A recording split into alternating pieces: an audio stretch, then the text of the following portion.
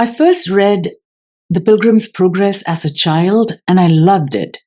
It is never too late to revisit a great book, and this one is certainly one of the greats.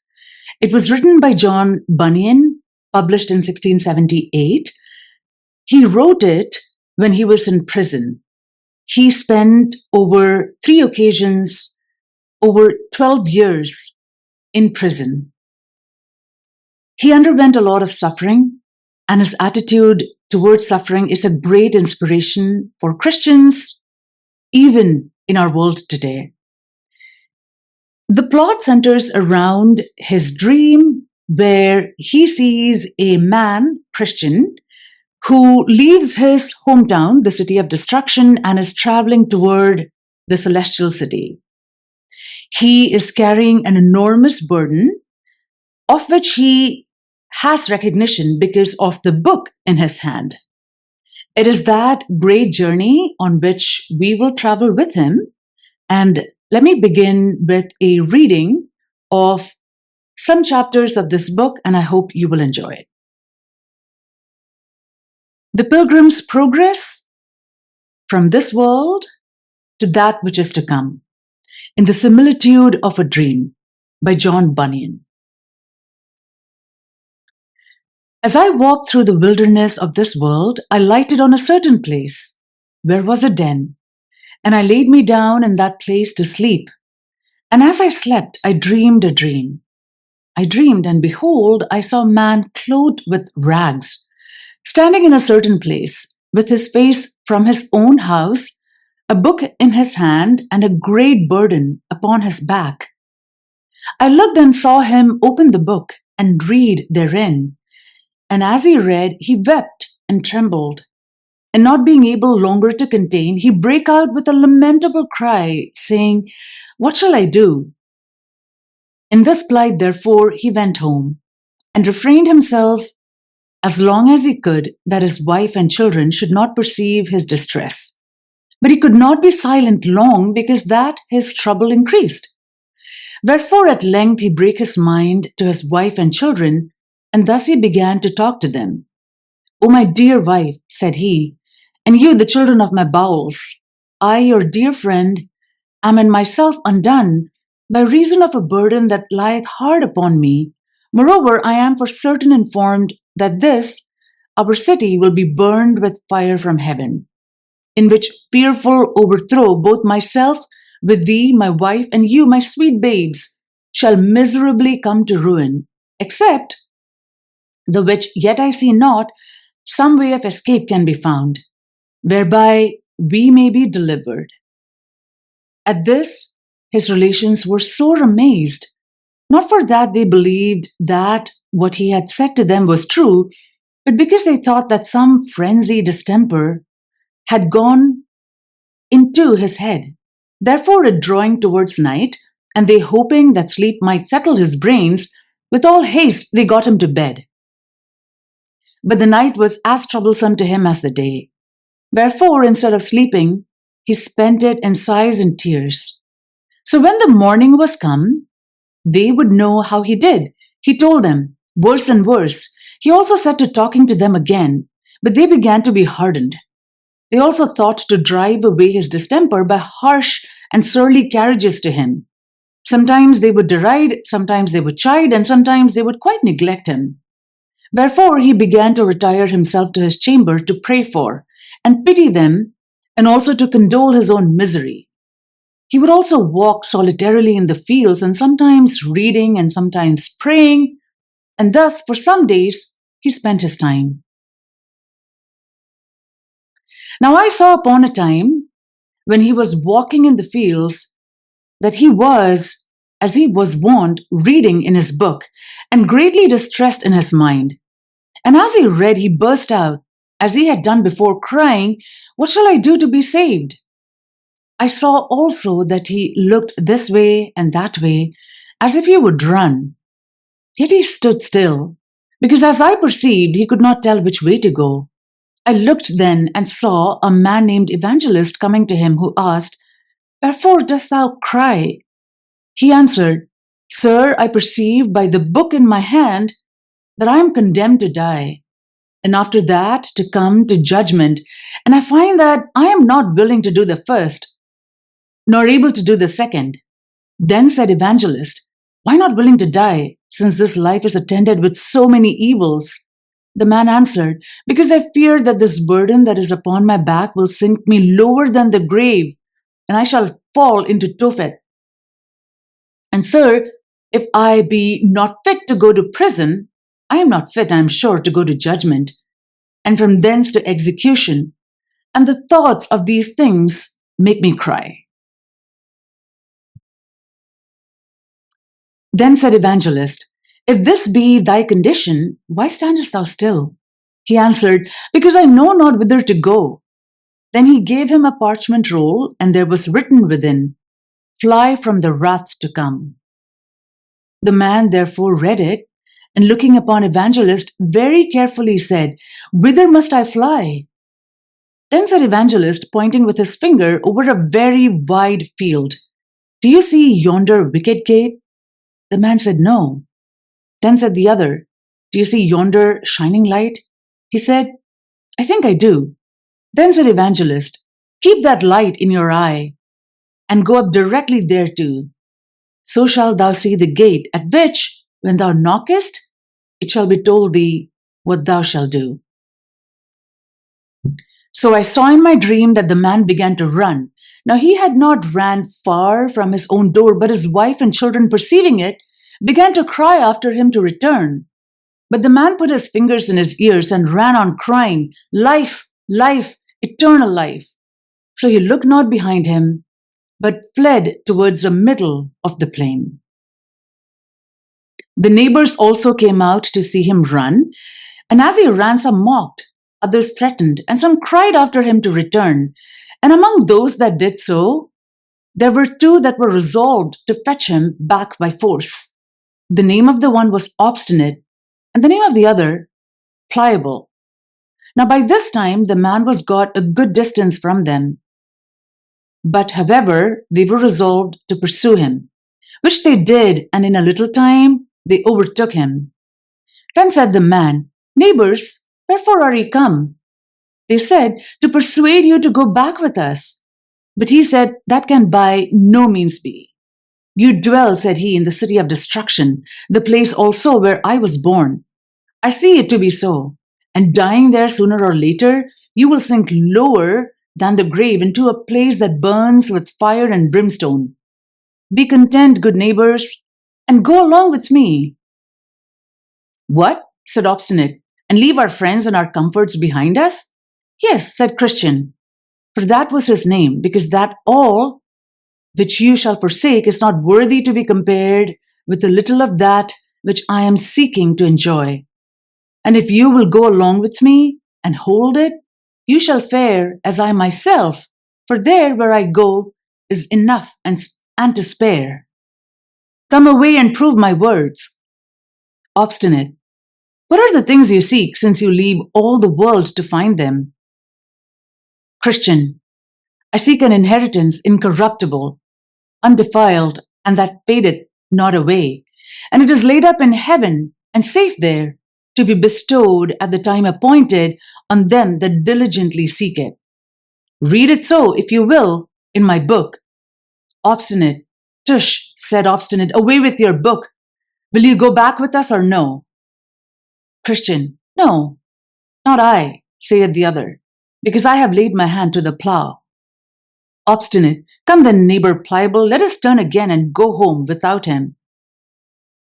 There is a company of these crazed-headed coxcombs that, when they take a fancy by the end, are wiser in their own eyes than 7 men that can render a reason. Pliable, then said Pliable, do not revile. If what the good Christian says is true, the things he looks after are better than ours. My heart inclines to go with my neighbor. Obstinate, what? More fools still? Be ruled by me, and go back. Who knows whither such a brain-sick fellow will lead you? Go back, and be wise. Christian, nay, but do thou come with thy neighbor Pliable. There are such things to be had which I spoke of, and many more glorious besides. If you believe not me, read here in this book, And for the truth of what is expressed therein, behold, all is confirmed by the blood of him that made it. Pliable. Well, neighbor obstinate, saith Pliable, I begin to come to a point. I intend to go along with this good man and to cast in my lot with him. But my good companion, do you know the way to this desired place? Christian. I am directed by a man whose name is Evangelist, to speed me to a little gate that is before us, where we shall receive instructions about the way. Pliable. Come then, good neighbor. Let us be going. Then they went both together. Obstinate. And I will go back to my place, said Obstinate. I will be no companion of such misled, fantastical fellows.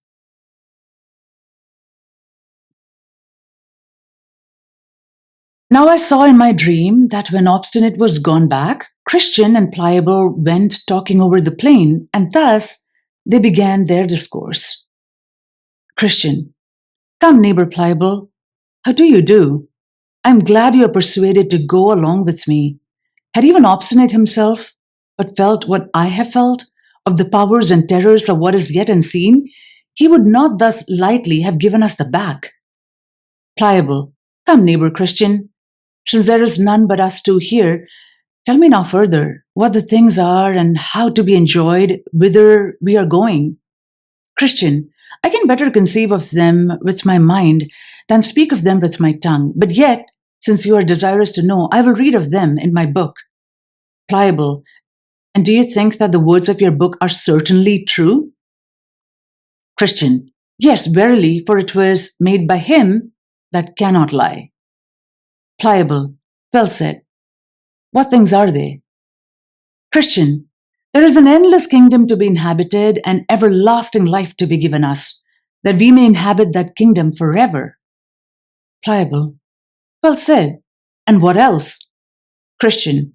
There are crowns of glory to be given us, and garments that will make us shine like the sun in the firmament of heaven. Pliable. This is very pleasant. And what else? Christian. There shall be no more crying, nor sorrow, for he that is owner of the place will wipe all tears from our eyes. Pliable. And what company shall we have there? Christian. There we shall be with seraphims and cherubims, creatures that will dazzle your eyes to look on them. There also you shall meet with thousands and 10,000s that have gone before us to that place. None of them are hurtful, but loving and holy, everyone walking in the sight of God and standing in his presence with acceptance forever. In a word, there we shall see the elders with their golden crowns, there we shall see the holy virgins with their golden harps, there we shall see men that by the world were cut in pieces, burnt in flames, eaten of beasts, drowned in the seas. For the love that they bear to the Lord of the place are all well, and clothed with immortality as with a garment. Pliable. The hearing of this is enough to ravish one's heart, but are these things to be enjoyed? How shall we get to be sharers thereof? Christian. The Lord, the governor of the country, hath recorded that in this book, the substance of which is, if we be truly willing to have it, he will bestow it upon us freely. Pliable. Well, my good companion, glad am I to hear of these things. Come on, let us mend our pace. Christian. I cannot go so fast as I would by reason of this burden that is on my back. Now I saw in my dream that just as they had ended this talk, they drew near to a very miry slough that was in the midst of the plain, and they, being heedless, did both fall suddenly into the bog. The name of the slough was Despond. Here, therefore, they wallowed for a time, being grievously bedaubed with the dirt, and Christian, because of the burden that was on his back, began to sink in the mire. Pliable. Then said Pliable, Ah, neighbor Christian, where are you now? Christian. Truly, said Christian, I do not know. Pliable. At that, Pliable began to be offended, and angrily said to his fellow, Is this the happiness you have told me all this while of? if we have such ill speed at our first setting out, what may we expect betwixt this and our journey's end? May I get out again with my life, you shall possess the brave country alone for me. And with that, he gave a desperate struggle or two, and got out of the mire on that side of the slough which was next to his own house. So away he went, and Christian saw him no more. Wherefore Christian was left to tumble in the slough of despond alone, but still he endeavoured to struggle to that side of the slough that was still further from his own house, and next to the wicket gate, the which he did, but could not get out because of the burden that was upon his back. But I beheld in my dream that a man came to him, whose name was Help, and asked him what he did there.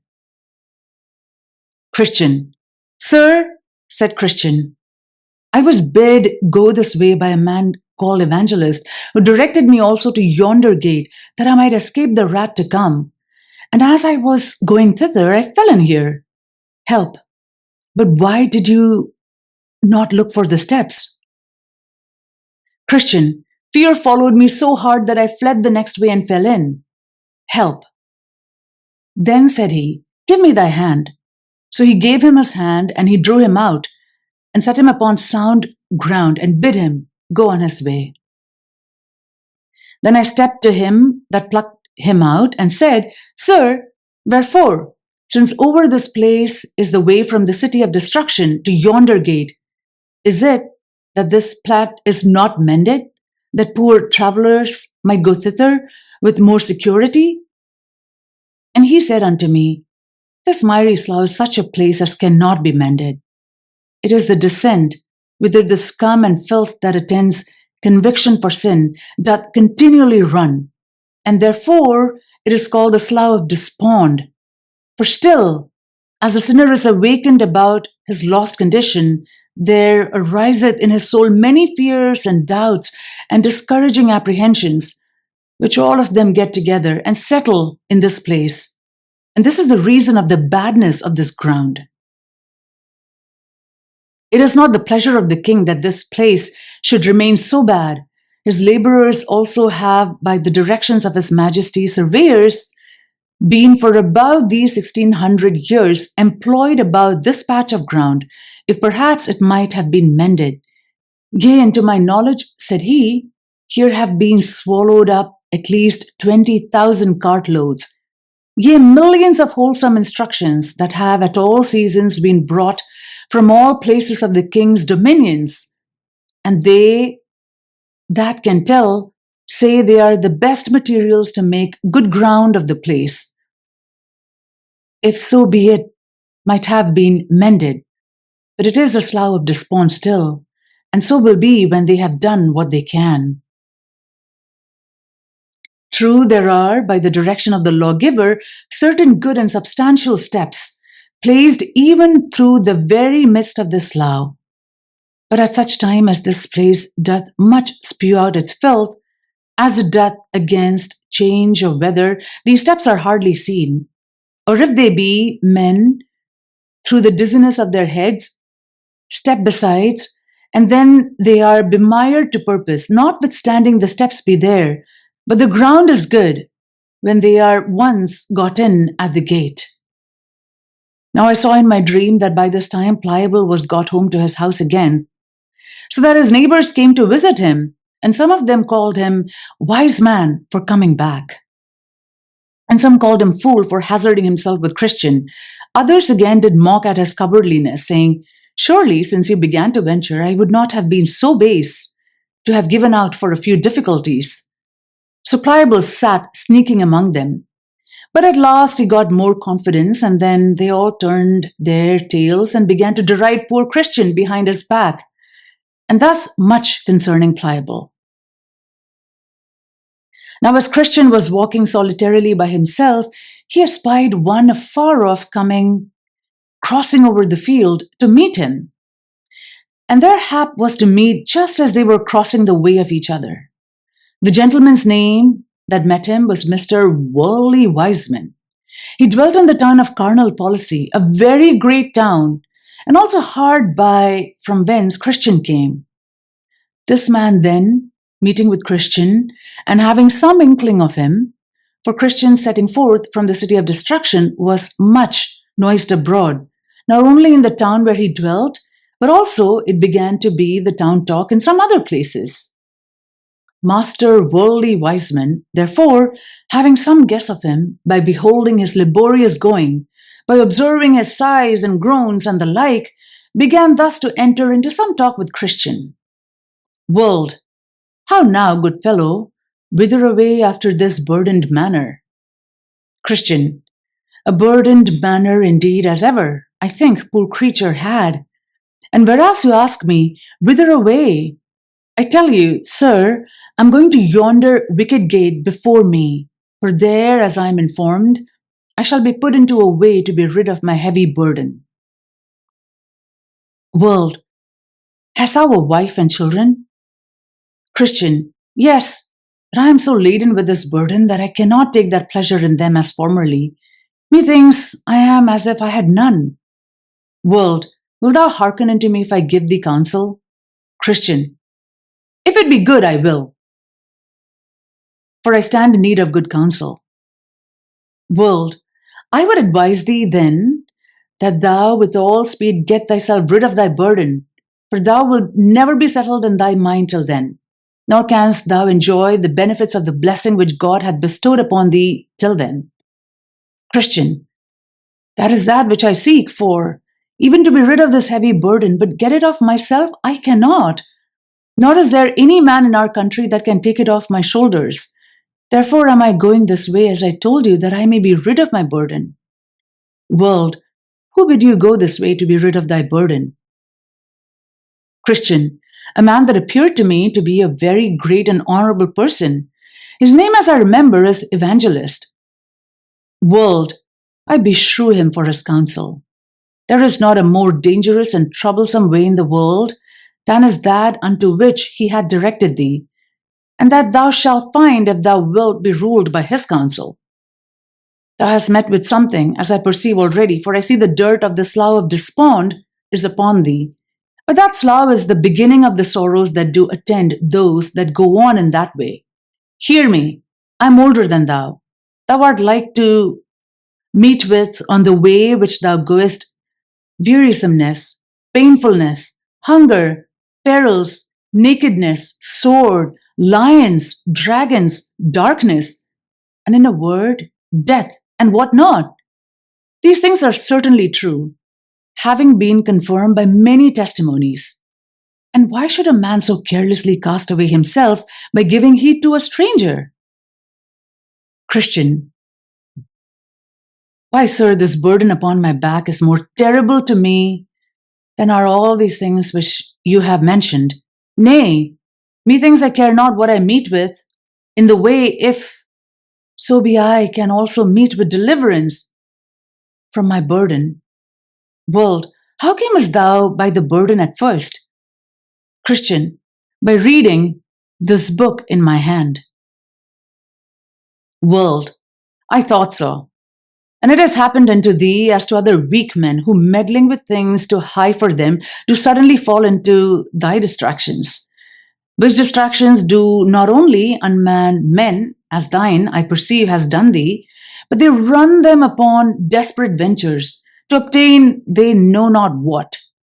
Christian, I know what I would obtain. It is ease for my heavy burden. World, but why wilt thou seek for ease this way, seeing so many dangers attend it?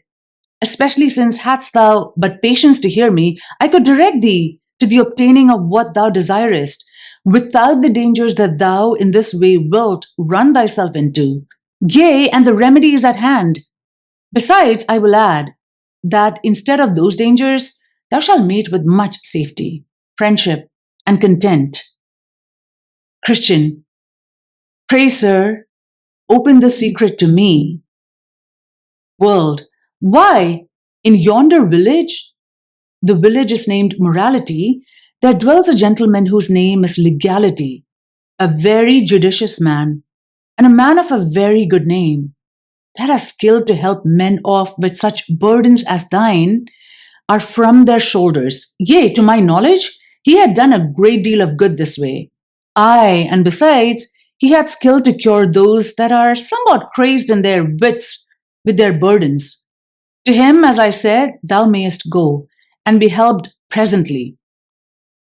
His house is not quite a mile from this place, and if he should not be at home himself, he had the pretty young man to his son, whose name is Civility, that can do it, to speak on, as well as the old gentleman himself. There I say, thou mayest be eased of thy burden. And if thou art not minded to go back to thy former habitation, as indeed I would not wish thee, thou mayest send for thy wife and children to thee, to this village, where there are houses now stand empty, one of which thou mayest have at reasonable rates. Provision is there, also cheap and good, and that which will make thy life the more happy is, to be sure, there thou shalt live by honest neighbors, in credit and good fashion. Now was Christian somewhat at a stand, but presently he concluded, if this be true, which this gentleman hath said, my wisest course is to take his advice. And with that, he thus further spoke, Sir, which is my way to this honest man's house? World, do you see yonder hill? Christian, yes, very well. World, by that hill you must go, and the first house you come at is his.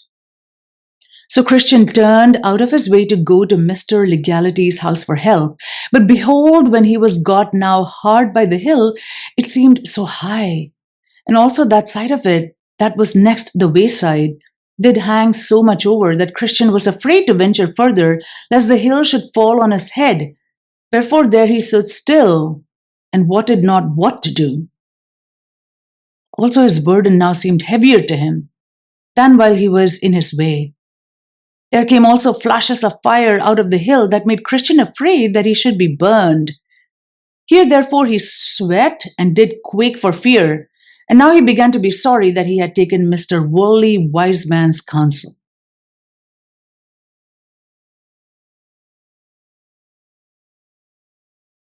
And with that he saw Evangelist coming to meet him, at the sight also of whom he began to blush for shame. So Evangelist drew nearer and nearer, and coming up to him, he looked upon him with a severe and dreadful countenance, and thus began to reason with Christian. Evangelist, what dost thou here, Christian? Said he, at which words Christian knew not what to answer, wherefore at present he stood speechless before him. Then said Evangelist further, art not thou the man that I found crying without the walls of the city of destruction? Christian, yes, dear sir, I am the man. Evangelist, did not I direct thee the way to the little wicket gate? Christian, yes, dear sir, said Christian. Evangelist, how is it then that thou art so quickly turned aside? For thou art now out of the way. Christian, I met with a gentleman so soon as I had got over the slough of despond, who persuaded me that I might, in the village before me, find a man that could take off my burden. Evangelist, what was he? Christian, he looked like a gentleman, and talked much to me, and got me at last to yield. So I came hither. But when I beheld this hill and how it hangs over the way, I suddenly made a stand, lest it should fall on my head. Evangelist, what said that gentleman to you? Christian, why, he asked me whither I was going, and I told him. Evangelist, and what said he then? Christian, he asked me if I had a family, and I told him. But said I am so loaden with the burden that is on my back that I cannot take pleasure in them as formerly. Evangelist, and what said he then? Christian, he bid me with speed get rid of my burden, and I told him it was ease that I sought. And said I am therefore going to yonder gate to receive further direction how I may get to the place of deliverance. So he said that he would show me a better way, and short, not so attended with difficulties as the way. Sir, that you set me in, which way, said he, will direct you to a gentleman's house that hath skill to take off these burdens. So I believed him and turned out of that way into this, if haply I might be soon eased of my burden. But when I came to this place and beheld things as they are, I stopped for fear, as I said, of danger. But I now know not what to do. Evangelist. Then said Evangelist, stand still a little, that I may show thee the words of God. So he stood trembling. Then said Evangelist, see that ye refuse not him that speaketh. For if they escaped not who refused him that spake on earth, how much more shall we not escape if we turn away from him that speaketh from heaven? He said, moreover, now the just shall live by faith. But if any man draw back, my soul shall have no pleasure in him. He also did thus apply them. Thou art the man that art running into this misery. Thou hast begun to reject the counsel of the Most High, and to draw back thy foot from the way of peace, even almost to the hazarding of thy perdition. Then Christian fell down at his foot as dead, crying, woe is me, for I am undone.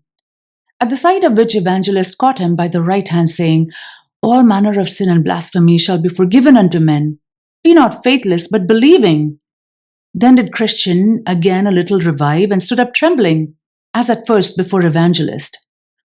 Then Evangelist proceeded, saying, give more earnest heed to the things that I shall tell thee of. I will now show thee who it was that deluded thee, and who it was also to whom he sent thee. The man that met thee is one worldly wise man, and rightly is he so called, partly because he savoureth only the doctrine of this world. Therefore he always goes to the town of morality to church, and partly because he loveth that doctrine best, for it saveth him best from the cross. And because he is of this carnal temper, therefore he seeketh to prevent my ways, though right. Now there are 3 things in this man's counsel that thou must utterly abhor. 1, his turning thee out of the way. 2, his labouring to render the cross odious to thee. And 3, his setting thy feet in that way that leadeth unto the administration of death.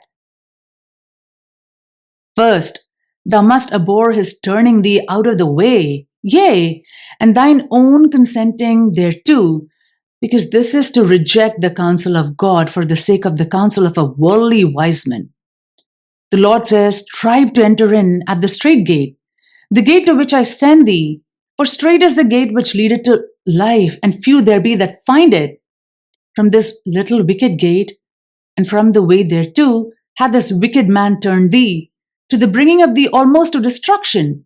Hate therefore his turning thee out of the way, and abhor thyself for hearkening to him.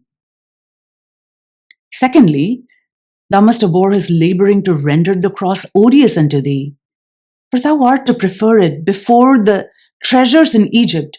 Besides, the King of glory hath told thee that he that will save his life shall lose it, and he that comes after him, and hate not his father and mother and wife and children and brethren and sisters, yea, and his own life also, he cannot be my disciple. I say therefore, for man to labour to persuade thee, that shall be thy death, without which the truth hath said, thou canst not have eternal life. This doctrine thou must abhor. Thirdly, thou must hate his setting of thy feet in the way that leadeth to the ministration of death. And for this thou must consider to whom he sent thee, and also how unable that person was to deliver thee from thy burden. He to whom thou wast sent for ease, being by name Legality, is the son of the bondwoman, which now is, and is in bondage with her children, and is in a mystery, this Mount Sinai, which thou hast feared will fall on thy head. Now if she with her children are in bondage, how canst thou expect by them to be made free? This legality therefore is not able to set thee free from thy burden. No man was as yet ever rid of his burden by him, no, nor ever is like to be. He cannot be justified by the works of the law, for by the deeds of the law, no man living can be rid of his burden. Therefore, Mr. Worldly Wiseman is an alien, and Mr. Legality is a cheat, and for his sensibility, notwithstanding his simpering looks, he is but a hypocrite and cannot help thee. Believe me, There is nothing in all this noise that thou hast heard of these sottish men, but a design to beguile thee of thy salvation, by turning thee from the way in which I had set thee. After this, evangelist called aloud to the heavens for confirmation of what he had said. And with that, there came words and fire out of the mountain under which poor Christian stood, that made the hair of his flesh stand up. The words were thus pronounced: As many as are of the works of the law are under the curse, for it is written, Cursed is everyone that continueth not in all things which are written in the book of the law to do them. Now Christian looked for nothing but death, and began to cry out lamentably, even cursing the time in which he met with Mr. Worldly Wiseman, still calling himself 1,000 fools for hearkening to his counsel. He also was greatly ashamed to think that this gentleman's arguments, flowing only from the flesh, should have the prevalency with him as to cause him to forsake the right way. This done, he applied himself again to evangelist in words and sense as follows: Christian, sir, what think you? Is there hope? May I now go back and go up to the wicket gate? Shall I not be abandoned for this, and sent back from thence ashamed? I am sorry I have hearkened to this man's counsel, but may my sin be forgiven? Evangelist. Then said evangelist to him, Thy sin is very great, for by it thou hast committed two evils. Thou hast forsaken the way that is good, to tread in forbidden paths. Yet will the man at the gate receive thee, for he has good will for men. Only, said he, take heed that thou turn not aside again, lest thou perish from the way, when his wrath is kindled but a little. Then did Christian address himself to go back, and evangelist, after he had kissed him, gave him one smile and bid him Godspeed. So he went on with haste. Neither spake he to any man by the way, nor, if any asked him, would he vouchsafe them an answer. He went like one that was all the while treading on forbidden ground, and could by no means think himself safe, till again he was got into the way which he left to follow Mr. Worldly Wiseman's counsel. So in process of time, Christian got up to the gate. Now over the gate there was written, Knock, and it shall be opened unto you. He knocked therefore more than once or twice, saying, May I now enter here? Will he within open to sorry me, though I have been an undeserving rebel? Then shall I not fail to sing his lasting praise on high. At last there came a grave person to the gate, named Goodwill, who asked who was there, and whence he came, and what he would have. Christian. Here is a poor, burdened sinner. I come from the city of destruction, but am going to Mount Zion, that I may be delivered from the wrath to come. I would therefore, sir, since I am informed that by this gate is the way thither, know if you are willing to let me in? Goodwill. I am willing with all my heart, said he, and with that he opened the gate. So when Christian was stepping in, the other gave him a pull. Then said Christian, What means that? The other told him, A little distance from this gate there is erected a strong castle, of which Beelzebub is the captain. From thence both he and them that are with him shoot arrows at those that come up to this gate, if haply they may die before they can enter in. Then said Christian, I rejoice and tremble. So when he was got in, the man of the gate asked him who directed him thither. Christian, Evangelist bid me come thither, and knock as I did. And he said that you, sir, would tell me what I must do. Goodwill. An open door is set before thee, and no man can shut it. Christian.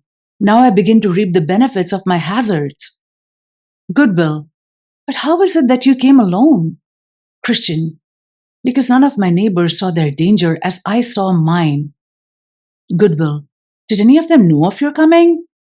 Christian. Yes, my wife and children saw me at the first and called after me to turn again. Also some of my neighbors stood crying and calling after me to return. But I put my fingers in my ears and so came on my way. Goodwill. But did none of them follow you to persuade you to go back? Christian. Yes, both obstinate and pliable. But when they saw that they could not prevail, Obstinate went railing back, but Pliable came with me a little way. Goodwill. But why did he not come through? Christian. We indeed came both together until we came at the slough of despond, into the which we also suddenly fell. And then was my neighbor Pliable discouraged and would not adventure further. Wherefore, getting out again on that side next to his own house, he told me I should possess the brave country alone for him. So he went his way, and I came mine. He after Obstinate, and I to this gate. Goodwill. Then said Goodwill, Alas, poor man, is the celestial glory of so small esteem with him that he counteth it not worth running the hazards of a few difficulties to obtain it? Christian. Truly, said Christian, I have said the truth of Pliable, and if I should also say all the truth of myself, it will appear there is no betterment betwixt him and myself. It is true he went back to his own house, but I also turned aside to go in the way of death, being persuaded thereto by the carnal arguments of one Mr. Worldly Wiseman. Goodwill. Oh, did he light upon you? What? He would have had you a sought for ease at the hands of Mr. Legality. They are both of them a very cheat. But did you take his counsel? Christian. Yes, as far as I durst, I went to find out Mr. Legality, until I thought that the mountain that stands by his house would have fallen upon my head, wherefore there I was forced to stop. Goodwill, that mountain has been the death of many, and will be the death of many more. It is well you escaped being by it dashed in pieces. Christian.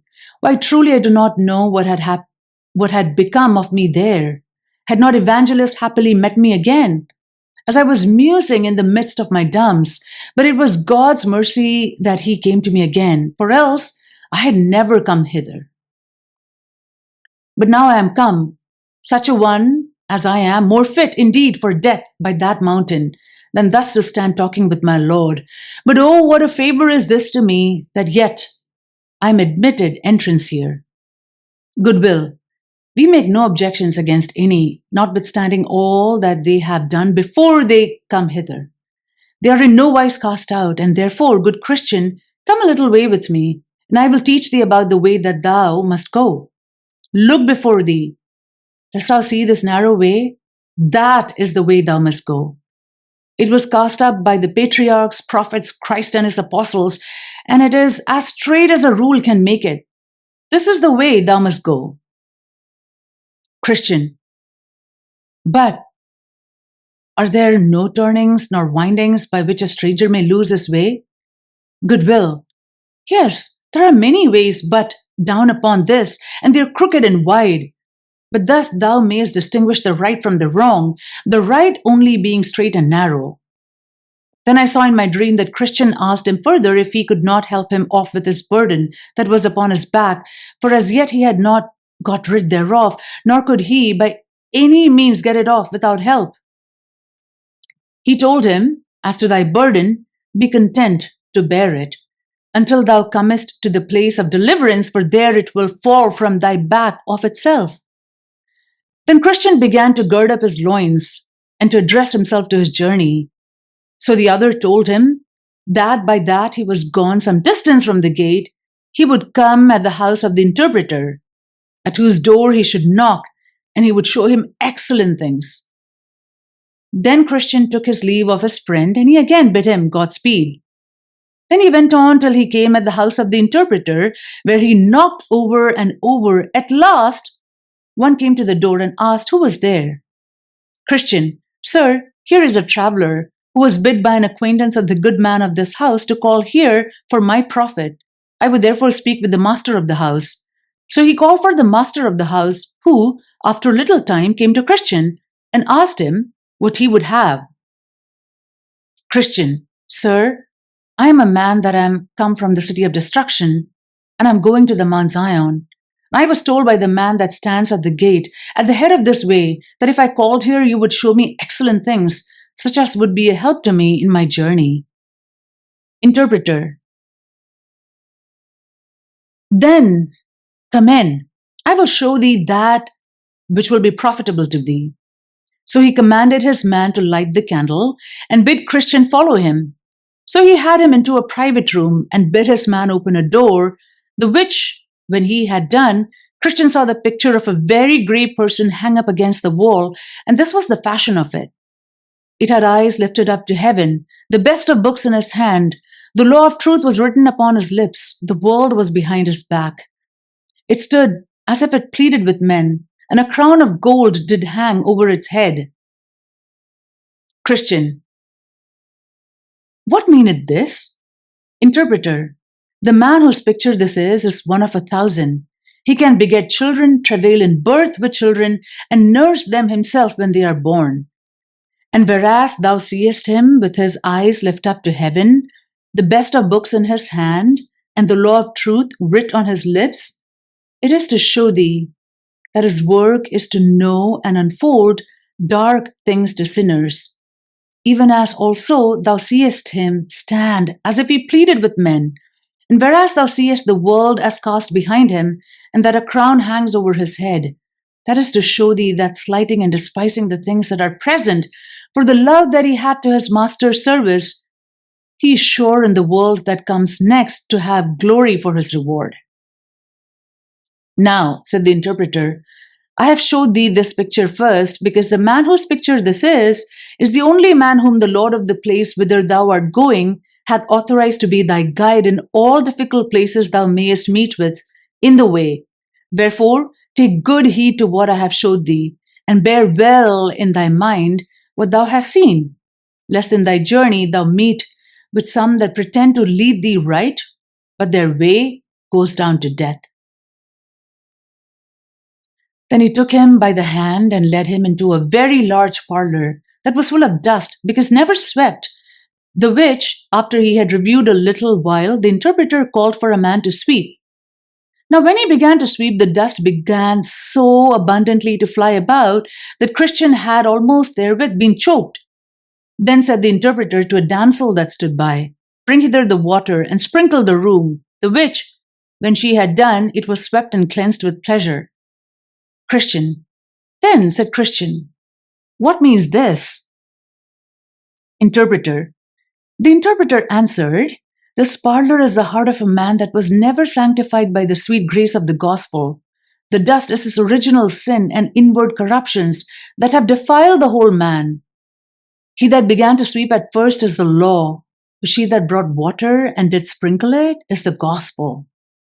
Now whereas thou sawest that so soon as the first began to sweep, the dust did so fly about that the room by him could not be cleansed, but that thou wast almost choked therewith. This is to show thee that the law, instead of cleansing the heart by its working from sin, doth revive, put strength into, and increase it in the soul, even as it doth discover and forbid it, for it doth not give power to subdue. Again, as thou sawest the damsel sprinkle the room with water, upon which it was cleansed with pleasure, this is to show thee that when the gospel comes in the sweet and precious influences, therefore, to the heart, then I say, even as thou sawest the damsel lay the dust by sprinkling the floor with water, so is sin vanquished and subdued, and the soul made clean through the faith of it, and subsequently fit for the King of glory to inhabit. I saw moreover in my dream that the interpreter took him by the hand and had him into a little room where sat 2 little children, each one in his chair. The name of the elder was Passion, and the name of the other, Patience. Passion seemed to be much discontented, but Patience was very quiet. Then Christian asked, What is the reason of the discontent of Passion? The interpreter answered, The governor of them would have him stay for his best things till the beginning of the next year, but he will have all now, but Patience is willing to wait. Then I saw that one came to Passion and brought him a bag of treasure and poured it down at his feet, the which he took up and rejoiced therein, and withal laughed Patience to scorn. But I beheld but a while, and he had lavished all away and had nothing left him but rags. Christian. Then said Christian to the interpreter, Expound this matter more fully to me. Interpreter. So he said, These two lads are figures: passion of the men of this world, and patience of the men of that which is to come. For as here thou seest, passion will have all now this year. That is to say, in this world, so are the men of this world. They must have all their good things now. They cannot stay till next year, that is, until the next world, for their portion of good. That proverb, a bird in the hand is worth two in the bush, is of more authority with them than are all the divine testimonies of the good of the world to come. But as thou sawest that he had quickly lavished all away, and had presently left him nothing but rags, so will it be with all such men at the end of this world. Christian. Then said Christian, now I see that patience has the best wisdom, and that upon many accounts. First, because he stays for the best things. Second, and also because he will have the glory of his, when the other has nothing but rags. Interpreter. Nay, you may add another, to wit, the glory of the next world will never wear out, but these are suddenly gone. Therefore passion had not so much reason to laugh at patience, because he had his good things first, as patience will have to laugh at passion, because he had his best things last. For first must give peace to last, because last must have his time to come, but last gives place to nothing, for there is not another to succeed. He therefore, that hath his portion first, must needs have a time to spend it, but he that hath his portion last, must have it lastingly. Therefore it is said of Dives, thou in thy lifetime receivest thy good things, and likewise Lazarus evil things, but now he is comforted and thou art tormented. Christian. Then I perceive it is not best to covet things that are now, but to wait for things to come. Interpreter. You say the truth. For the things which are seen are temporal, but the things which are not seen are eternal. But though this be so, yet since things present and our fleshly appetite are such near neighbors one to another, and again, because things to come and carnal sense are such strangers one to another, therefore it is that the first of these so suddenly fall into amity, and that distance is so continued between the second. Then I saw in my dream that the interpreter took Christian by the hand and led him into a place where was a fire burning against a wall, and one standing by it, always casting much water upon it to quench it, yet did the fire burn higher and hotter. Then said Christian, what means this?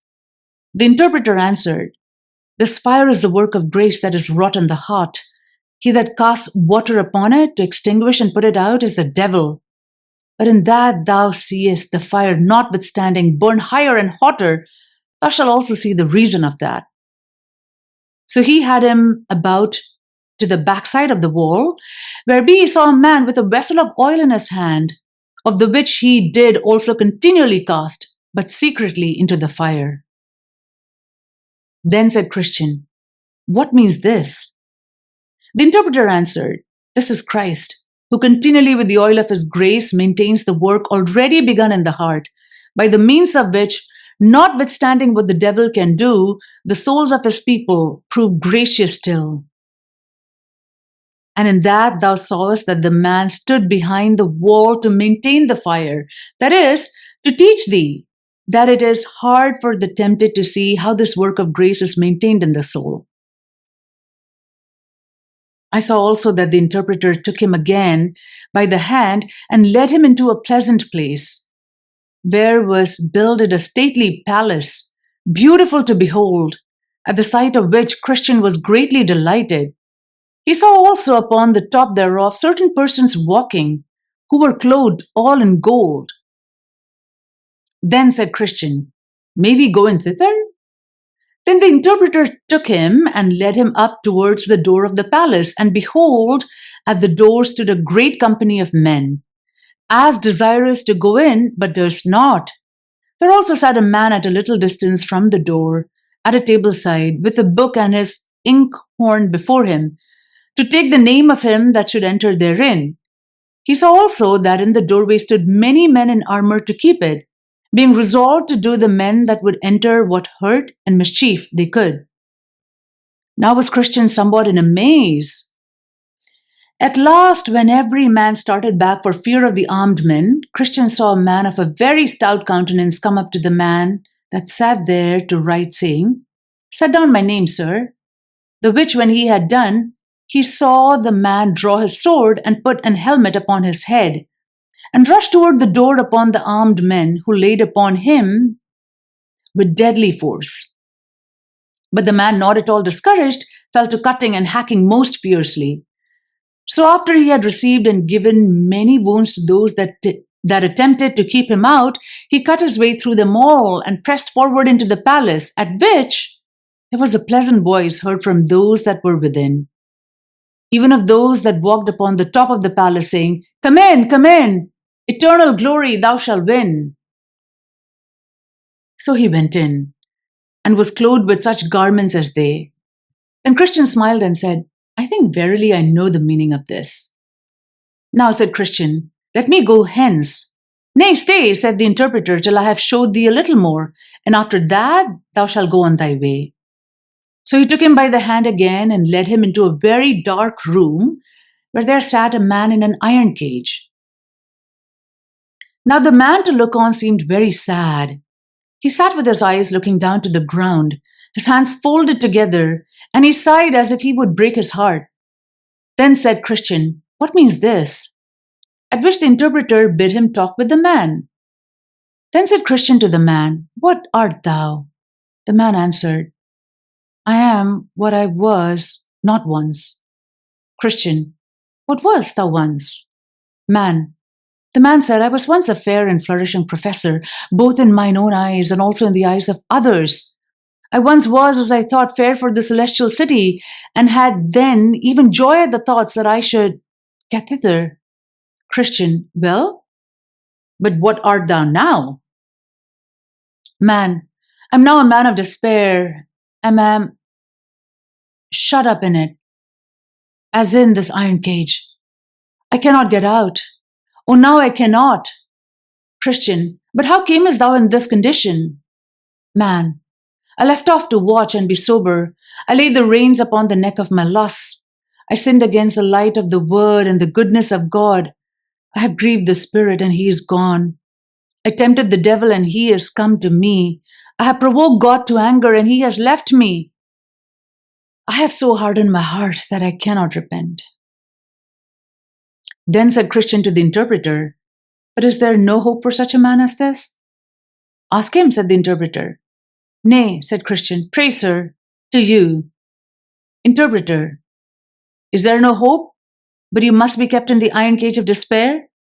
Man, "No, none at all." Interpreter, "Why, the Son of the Blessed is very pitiful." Man, "I have crucified him to myself afresh. I have despised his person. I have despised his righteousness. I have counted his blood an unholy thing. I have done despite to the Spirit of grace.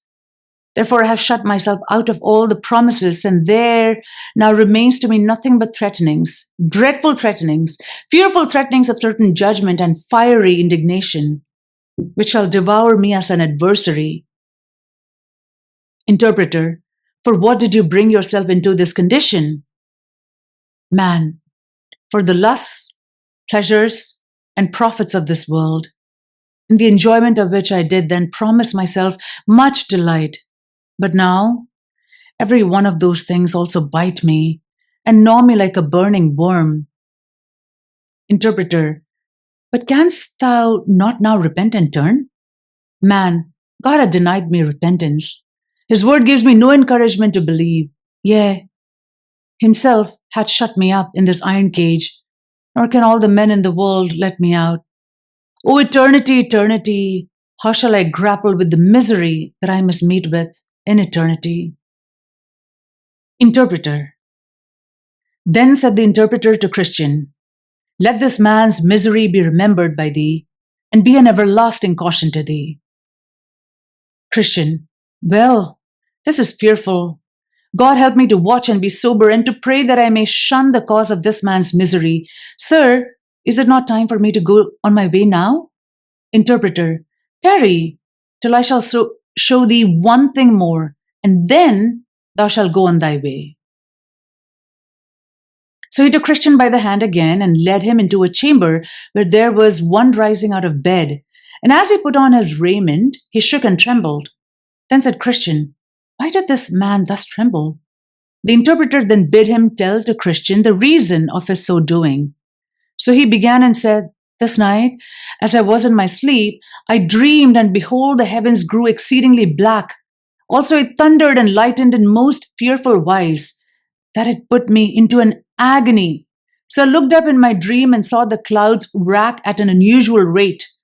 Upon which I heard a great sound of a trumpet, and saw also a man sit upon a cloud, attended with the thousands of heaven. They were all in flaming fire. Also the heavens were in a burning flame. I heard then a voice saying, arise, ye dead, and come to judgment. And with that the rocks rent, the graves opened, and the dead that were therein came forth. Some of them were exceeding glad and looked upward, and some sought to hide themselves under the mountains. Then I saw the man that sat upon the cloud open the book and bid the world draw near. Yet there was, by reason of a fierce flame which issued out and came from before him, a convenient distance betwixt him and them, as betwixt the judge and the prisoners at the bar. I heard it also proclaimed to them that attended on the man that sat on the cloud, gather together the tares, the chaff, the stubble, and cast them into the burning lake. And with that the bottomless pit opened, just whereabouts I stood, out of the mouth of which there came in an abundant manner smoke and coals of fire with hideous noises. It was also said to the same persons, gather my wheat into the garner. And with that I saw many catched up and carried away into the clouds, but I was left behind. I also sought to hide myself, but I could not, for the man that sat upon the cloud still kept his eye upon me. My sins also came into my mind, and my conscience did accuse me on every side. Upon this I waked from my sleep.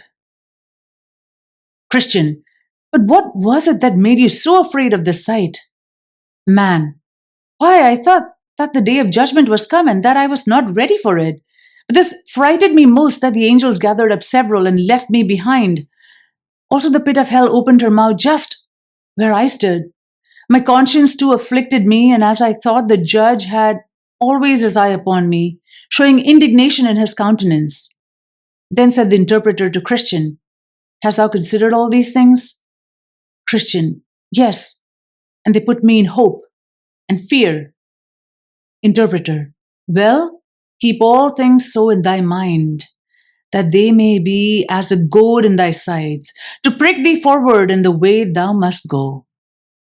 Then Christian began to gird up his loins and to address himself to his journey.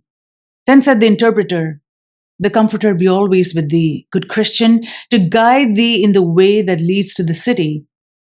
So Christian went on his way, saying, here I have seen things rare and profitable, things pleasant, dreadful, things to make me stable. In what I have begun to take in hand, then let me think on them and understand, wherefore they showed me were, and let me be thankful, O good interpreter, to thee.